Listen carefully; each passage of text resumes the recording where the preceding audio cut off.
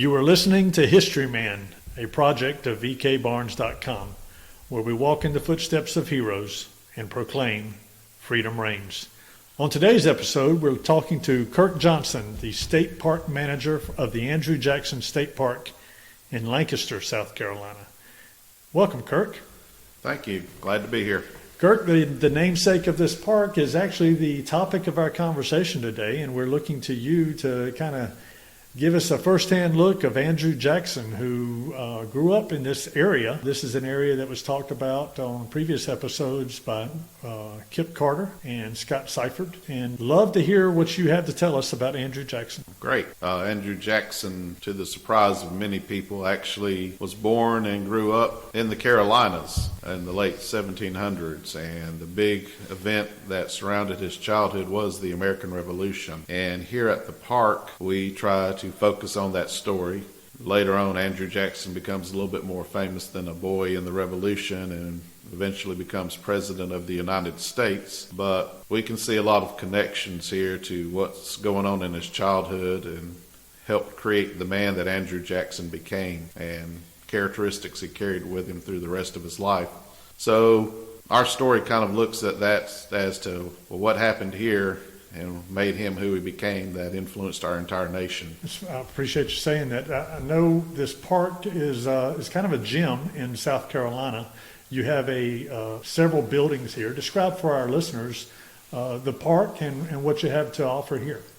Well, the park was created to honor Andrew Jackson originally. In the 1950s, Lancaster County and the state worked together to create the park. And historically, we feature a museum. It was a building built in the 1950s to kind of give you an idea of what a frontier cabin might have looked like. And in that museum building, we've got exhibits talking generally about what was life like in the backcountry of South Carolina in the 1770s, but also goes into more detail about Andrew Jackson's life, especially his childhood. And then we go on into the future of his life as well, when he became one of the most famous people in America, as well as President of the United States. Along with the Park Museum, we have a building that is operated by the Retired Educators of Lancaster County, a volunteer group who try to promote different educational components of Lancaster County, and this group promotes the history of education in Lancaster County. It started out as a bicentennial project, discussed the 200 years of education in Lancaster County, and they've just continued to maintain the building. And the connection to Andrew Jackson is, first of all, he was a little bit better educated than many of the other children in the Waxhaw. His mother had visions of him becoming a minister and sent him to an academy that originally had been founded by the local reverend of the Waxhaw meeting. And then Jackson himself also taught briefly while he was trying to figure out the next steps in his life after the Revolution. So it's fitting that we've got an education unit here as well. Probably the biggest attraction we have historically on the park is a statue or sculpture that was done by Anna Hyatt Huntington, and she named it Boy of the Waxhaw, and it was her vision of how Andrew Jackson might have appeared looking off to his future as a young man here in the Waxhaws. And the statue was dedicated to the property on Andrew Jackson's 200th birthday. It's a bronze. It depicts Jackson sitting upon a horse gazing off into the distance, and really a fascinating sculpture to see up close. She put in details like a rope bridle for his horse. Andrew Jackson is barefoot. His shirt's missing a button. Things you can look around for as you study the sculpture up close. If you recognize the name Anna Hyatt Huntington, she's got many sculptures on her family property at Brook Green Gardens in Murrells Inlet. And so that's another South Carolina connection that we have here at the park. Besides the historical areas, we have hiking trails that cover a couple of miles. We've got a 25-site campground, have a small fishing lake, and we're open year-round to all of these activities. So the park stays fairly busy, but we still lean back on Andrew Jackson as the main purpose for us being here. The story of Andrew Jackson is a fascinating story, like you were saying. His father, I believe, and you can correct me if I'm wrong, I have a tendency to go down these rabbit holes, but his father, I believe, was named Andrew Jackson, and his grandfather maybe, and they came into this community, following his mama's family over to this community from the Ulster plantations of Ireland. Is that correct? That's right. The Jacksons were Scotch-Irish. Elizabeth Jackson, she was a Hutchinson, and 4 of her sisters had settled in this area in the mid-1760s. She was the last to arrive here around 1765 and tried to settle near her sisters. The Scotch-Irish were very communal, very family-oriented, and you tried to have people that you could trust nearby, and family were the people that you could trust in their minds. The Jacksons actually lived about 9 miles north of where we sit today and had gotten a property that they found after the land rush to the Waxhaws. Andrew Jackson's father hurt himself somehow, so severely working on his farm that he eventually died. The local cemetery was at the Waxhaw Meeting House, which was located about 5 miles below where the park sits today. And so Andrew Jackson was carried there to be buried, and his expected... The Andrew Jackson Sr. The daddy. The daddy. The right. daddy. Okay. He didn't have his son yet. He had 2 boys, Hugh and Robert, and the president that we know had not quite arrived yet. His mother was still expectant with him. And so the father was buried, and the family, rather than going all the way back to their home site and being isolated, returned back to stay with one of Elizabeth's sisters. This is where some of the controversy about where actually Andrew Jackson was born comes into play. Andrew Jackson, the president, consistently said that he was born on the Crawford plantation, which is where the park is located. After the president's death, some of his cousins claimed that no, he was born at the McCamey cabin, which was a little bit further north and east of where the park lies today. And at the time, there was a road that ran between Salisbury, North Carolina, and Camden, South Carolina. And if you lived west of the road, you were in South Carolina. And if you lived east of the road, you were in North Carolina. The Crawfords were west, the McCameys were east. And the road moved back and forth over time. The park today still sits on the North Carolina boundary. But what we have as a state boundary today was established in 1813. Which at that time Andrew Jackson's 45 years old and long gone. But Jackson consistently said he was born at the Crawfords' place. He definitely lived with the Crawfords his childhood. The other thing that adds to the mystery is once Andrew Jackson left the Waxhaws, he never came back. So why did they call it the Waxhaws? There had been a local Indian tribe here called the Waxhaws prior to the Catawba moving into the area. By the time the president is born, they had been taken over by the Catawba tribe just because their numbers were so few. And so there were probably, descendants of the Waxhaws in the Catawbas that Andrew Jackson knew, but he probably never knew a Waxhaw. So the Catawba Indian area, did it comprise the Waxhaws? Were they living in Indian land? Or for those listeners out there is actually an area just north of here called Indian land. Okay, right. You have the Catawba Indian Reservation. This general area all the way up into North Carolina is called the Waxhaws. So it's kind of confusing. Right. It's all kind of one area in some respects. Tell me. Can you define that a little bit for our listeners? Can try a little bit. The Catawba tribe was given a land area of about 144,000 acres in the early 1760s. And it was a square, and it was called the Catawba Nation. And its southern boundary was about 5 miles north of the park. And the road that I spoke of ran along the eastern boundary of the Catawba Nation. And then once the Catawba Nation ended, the road continued to separate the two Carolinas. The Waxhaws can be considered all over the place a little bit. Some of it was west of the Catawba River. It went as far south as current-day Lancaster, South Carolina. It did go as far east as current-day Waxhaw, North Carolina. And then the northern boundary was the Catawba Nation. But some of it did skirt around the east side of the Catawba Nation as well. The town that is Waxhaw today did not come about until the 1880s, a full century later, as a railroad town. So if someone were going to the map that best represented this area at the time of the Revolution, at the time of Andrew Jackson, which map would they want to refer to? They'd want to look at the Mouzon map. That was the most current and accurate map at the time. And that was 1775. okay, Right all in that area. The Catawba Nation would be clearly defined on there. It's a square. Even today, if you look at the boundary between North and South Carolina that has some odd shaped angles to it, that's part of the Catawba Nation originally between what is Lancaster County and Mecklenburg County, North Carolina. So I was talking to Scott Seifert again, and we were talking about that, and talking about the gray area of land ownership, and how when the tax collectors came into this particular area, the landholders or freeholders would say, if it was a South Carolina tax guy, they would say, "Oh no, we're in North Carolina," and the North Carolina tax guy, they would say, "No, we're in South Carolina." So it was kind of this gray area that really didn't get rectified for years. Really true. And a lot of the land that started about this area near the Catawba River and going west one time had truly been part of North Carolina. But in an attempt between the two Carolinas to define their boundary, mistake was made in their calculations, and it added about 15 to 20 miles more northerly for South Carolina in the 1750s and 60s. It was called the New Acquisition. So, in all likelihood, where the park sits today probably was in both Carolinas at one time or another, just depending on whose survey you were judging it by. That's right.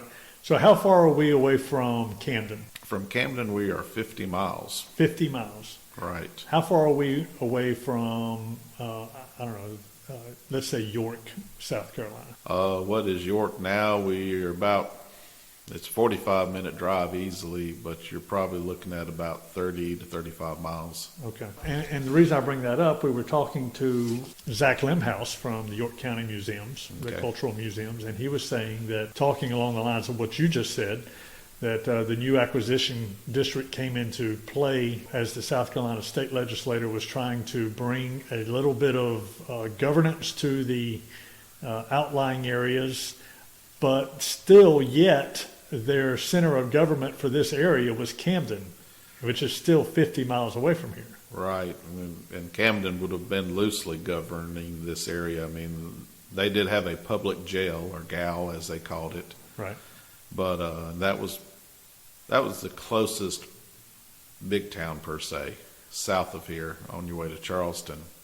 So was there any government bodies here in this area other than Camden? No, and then really in this area, the minister or the pastor of the Waxhaw Meeting House would have been considered the community leader, and people would have turned to him for guidance.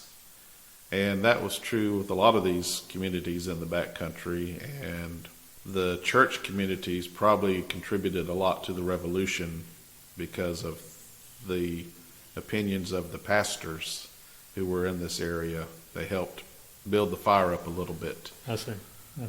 Well, so tell us a little bit about Andrew's upbringing. He was pretty typical of other people in this area. They would have been farmers and would have had to been self-reliant as much as possible. Again, if you're looking at Camden being your closest place to trade, there are a few other small trading posts that people might run at their businesses, like a mill, but they would have had very limited goods. So you produced most of what you used and consumed. Boys at the time, their jobs were to gather water and firewood and help tend to the livestock. Gardening tended to be women's work, as they would say, but they would help procure food from hunting and gathering as well. And like we mentioned earlier, there were some small schools in this area with the Scotch Irish. It was important to them to be able to read and study the Bible. That was the center of their education system. So did they have a library in their home that we know I of? doubt that, but probably most everyone had a copy of the Bible. Right. And I've seen some statistics that say as much as 82% of the Scotch Irish were literate, which is different from what I think a lot of people think of the backcountry people. But Jackson would have gone to what they would have called a field school. He and his brothers would, and it would have been, some abandoned building that they designated as a place you could gather and get some informal instruction. Again, his mother had ambitions for him to be a minister, because after all, you're going to lead your community if you're the minister in some of these places. And so she sent him to what was called the Waxhaw Academy.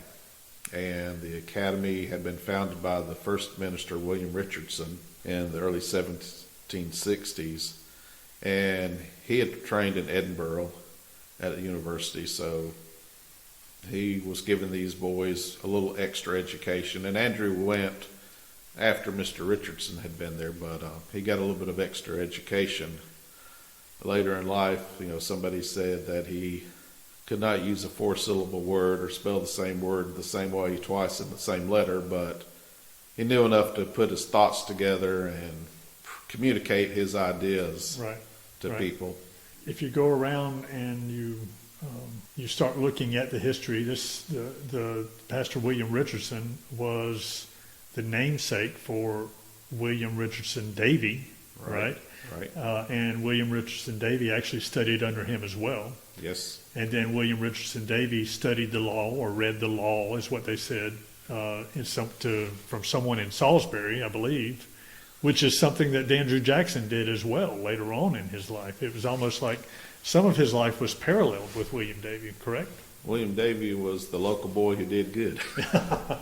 And Andrew Jackson picked up on that real quick and saw that as maybe the direction he wanted to go. Davy went to the Waxhaw Academy. He went on to Princeton, which would have been a religious training school at the time, but he did, and came back to the Waxhaws. And then, as you said, studied law with a gentleman named Spruce McKay, who was in Salisbury. And so Davy kind of was connected to North Carolina at the point of life that Andrew Jackson met him, but he was back in his home region because of the Revolutionary War. Right. So, as a recap, so what you're saying is that William Davy's ancestors, or really I say ancestors, his father and maybe his grandfather, they were from the Ulster region of Ireland. Right. And they came here. Right. His father died before he was born. His mother was struggling on her own, raising 3 boys at that point. Is that right? Because you had Robert, Hugh, and Andrew. Right. So she's living with her sister to raise these boys, and in the back country where there's no government really for 50 miles, if semblance of government and trade and that sort of thing. The closest one being down in Camden. You had Charlotte, which was an outcropping of about 20 buildings or whatever. Right. Camden was the big upcountry kind of hub at that particular point. So in the first parts of his life, he has no father and he's looking at his brothers and kind of working it through on his own.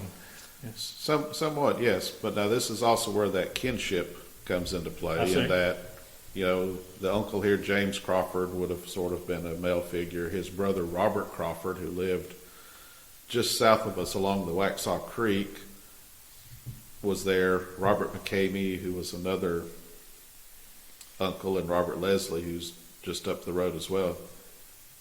All of these cousins are just kind of floating in between the families, and it's almost like, okay, where does the workforce need to be today? And they're going to stay with that people. So they've got all these people in their lives that are family. And again, that's part of what becomes Andrew Jackson, is he is very leery of outsiders and has suspicions of people that might not be kin to him. And kin can also be loosely considered, I consider you such a good friend that you're like family. And he carries this on through his life, in that, at one point when he's an adult, Rachel, his wife, and he have 20 wards living with them at the Hermitage who are not their own children, but they're helping them out and helping them, learn about the world and make it. Right. And so, he saw some of that demonstrated when he's growing up here. And so, he's got good close connections, not only to his brothers, but, he's got some cousins that are closer to his age as well that he's just as close with. And they tend to move with each other as well later in life.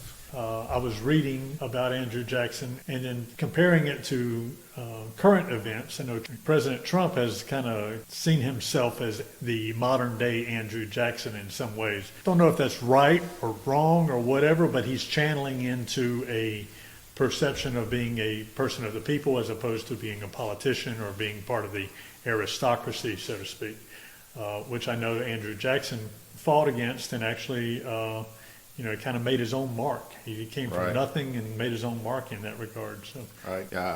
I would say probably the effect that Andrew Jackson had on the society in the 1830s when he became president would probably be similar to what some people respond to today's presidency. Sure. Do we know of anything that his mother has said to him that maybe he remembered later on in life that he kind of took to heart? He did. Since it was his only parent, he had a good relationship with his mother. She was a spinner of thread or linen thread, and then that thread would be used for weaving, and that was fairly typical Scotch-Irish from the Ulster area's occupations. Women tended to create the thread and men were the weavers. And they lived with the Crawfords in part not to have a place to live that was safer, but also to help. The Crawfords, her sister, was said to have not been in good health most of her life, and so she's helping raising her nieces and nephews as well. That's right. And throughout Jackson's life, he took up for women who seemed to sometimes be an underdog. I think there was a little bit of that connection between him and his wife, Rachel Jackson. When he met her, she was married to another man and trying to go through a divorce. I believe that other man was kind of violent to her. Is that right? Right. That was one of those things where it was kind of a domestic violence situation. Yes. She needed someone to come in and kind of be her defender in some respects. Right. And so Jackson liked the role of being a champion. Even when he becomes president, in his first cabinet, the wife of John Eaton, who was his Secretary of War, came under scrutiny in Washington because of her background. And Jackson took up for her. And it eventually divided his cabinet so that they all had to resign and he had to start over fresh to get traction back. Right. I know that you have that quote or that he said came from his mama. Would you mind reading for our listeners that quote? No, not at all. When he got this information from his mother, a lot had happened in his life at that point. And in fact, she was leaving him to go take care of those nephews. In fact, his two brothers had already died in the Revolution, right? They had both died, and Jackson himself had just survived smallpox and was recuperating. And his cousins had been captured by the British Army and were on a prison ship in Charleston Harbor, which was the last place anybody would want to be. That's right. That was just a bad deal. And she was going to Charleston to tend to her nephews, again, that family connection. And she gave him some advice that Jackson recalled as an adult and said he followed his whole life. And it went a little bit like this. She said, "Andrew, if I should not see you again, I wish you to remember and treasure up some things I've already said to you. In this world, you will have to make your own way. To do that, you must have friends. You can make friends by being honest, and you can keep them by being steadfast. You must keep in mind that friends worth having will in the long run expect as much from you as they give to you. To forget an obligation or to be ungrateful for a kindness is a base crime. Not merely a fault or sin, but an actual crime. Men guilty of it sooner or later must suffer the penalty. In personal conduct, be polite, but never ubiquitous. No one will respect you more than you esteem yourself. Avoid quarrels as long as you can without yielding to imposition, but sustain your manhood always. Never bring a suit at law for assault and battery or for defamation. The law affords no remedy for such outrages that can satisfy the feelings of a true man. Never wound the feelings of others. Never brook wanton outrage upon your own feelings. If you ever have to vindicate your feelings or defend your honor, do it calmly. If angry at first, wait until your wrath cools before you proceed." The Planter Society, the aristocracy down in Charleston, And they looked down on the Scotch-Irish in the backcountry, and they used them as a buffer between the Indians and themselves to kind of. And if you listen to the diaries or read the diaries of Wood Mason, who was a Anglican minister that coming through this area, actually had a wedding of hundreds of people down at Hanging Rock. Right. You would, if you were to listen to what he wrote about these, about the Scotch-Irish in the backcountry, and then what the officers of the British Army thought about them, you would think that these were a bunch of illiterate, yahoos back here. But then you read that, and how she is able to articulate her point so well that he remembers it years later. Yes. It's phenomenal. She obviously was learned in some ways, even if she taught herself. But what a I want to say romantic.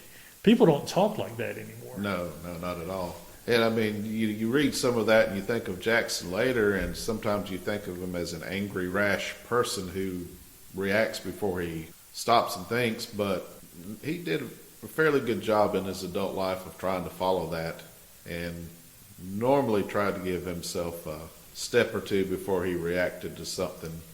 Although it's not as exciting to remember Jackson that way. He was a cold and calculating general, and went up against Indians and British, and he was all over the South later on in his life. And Right. if he were that rash, he would have not won those battles as many as he did. No, he planned and thought things out, even politically, a lot more than people would like to give him credit sometimes. And again, it's advice like that. And it's also, the experiences he had as well. And, you can you're talking about his generalship. A lot of that came from what he observed here in the backcountry during the Revolution. What was his role during the Revolution? An observer at first, and later on he actually became active military in the militia. His oldest brother, Hugh, joined the army and went towards Charlestown in 1779, and there was a battle at what's called Stono's Ferry on the river, Stono River. And according to tradition, he died of heat exhaustion during the battle. Wasn't actually wounded, but it was a summertime event, and he became overheated and died. So that was Jackson's first direct experience with the war. And then in 1780, after Charlestown fell in May, the army started moving back into Carolina, the British intending on taking the colony back over and turning everybody back to the king, and there be no resistance. This road that we were talking about earlier that connected Camden to Salisbury, well, that's like a highway running through this area. So everybody, including the armies, are going to be using that road to get from point A to point B. Was that the Great Wagon Road, or was it It was an extension of the wagon road. Actually, it came into Charlottetown, Okay. and then a westerly leg of it, which a lot of people call the core, ran through York County on over towards Augusta, Georgia, where it terminated. But here it swung east towards Camden to get you to Charleston and the coast. And, the trade was a big deal, so people were trying to get to where the port was. And one contingent of the Continental Army, the U.S. Continental Army, had not been captured in Charleston. They were outside of the town when the actual surrender happened. And so they were moving back north, and there was a cutoff that didn't bring you through this part of the Waxhaws, but took you around the Waxhaws and still got you to Salisbury, and that's where they were trying to go. And they were chased by a group of British soldiers led by Bannerston Tarleton, and the Continentals were led by Abraham Buford. And Tarleton caught up with Buford, remarkably after Buford had a head start, demanded a surrender. The surrender didn't happen. Buford decided to fight it out, and it was a battle of cavalry versus infantry, and that usually didn't work well for the infantry.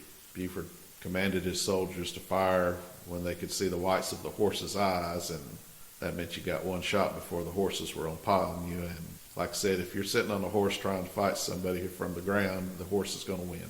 And it was a bad scene. Became known locally as Tarleton's Massacre or Quarter. and or Buford's Massacre. And the community where this battle happened today is still named Buford. Jackson's family participated in the aftermath in that they gathered the wounded soldiers. They were brought back to the Waxhaw meeting house, and Jackson and his mother and brother went and nursed the wounded soldiers. So that was his first experience seeing war up close. Within a couple of days, the British Legion, which was the cavalry outfit that Tarleton commanded, were up and down the road looking to find the Catawba to help get them on the British side and looking for anybody that might have strayed away from the Continental armies that they destroyed. And Jackson later in life claimed that he had his musket with him and he was hiding in the woods and saw some of the Legion, which he thought was Tarleton, riding up the road, and he said he could have shot him had he been brave enough at the moment, but he decided against it. Right. Well, he would have been how old at that time? He would have been 13. 13 years old. Just turned 13. You can't really blame him too much on that. No. But within the month of the massacre, which was late May, the British Army had established an outpost at Hanging Rock, a camp, so that they had a supply base to reach out into the communities while they were trying to convert people. And here on the Crawford farms, mainly Robert Crawford's farm, which was close to the creek, some of Sumter's men, Thomas Sumter's men, started forming quietly as a militia. And Robert and Andrew Jackson every day got to go and watch the soldiers train and drill and be soldiers. And like you said, at 13, that's still a big deal too. Right. Even though he's seen what could happen. And again, this is where he gets reacquainted with William Davy, and he sees Davy leading these troops and being in charge. And so all of this stuff is starting to form in his mind that the military is the way he likes to spend his time. So, Kirk, I know that we've talked quite a bit right now. It looks like this is going to be 2 episodes. So we're going to take a break right now and start again on our next episode, and we hope our listeners will continue on.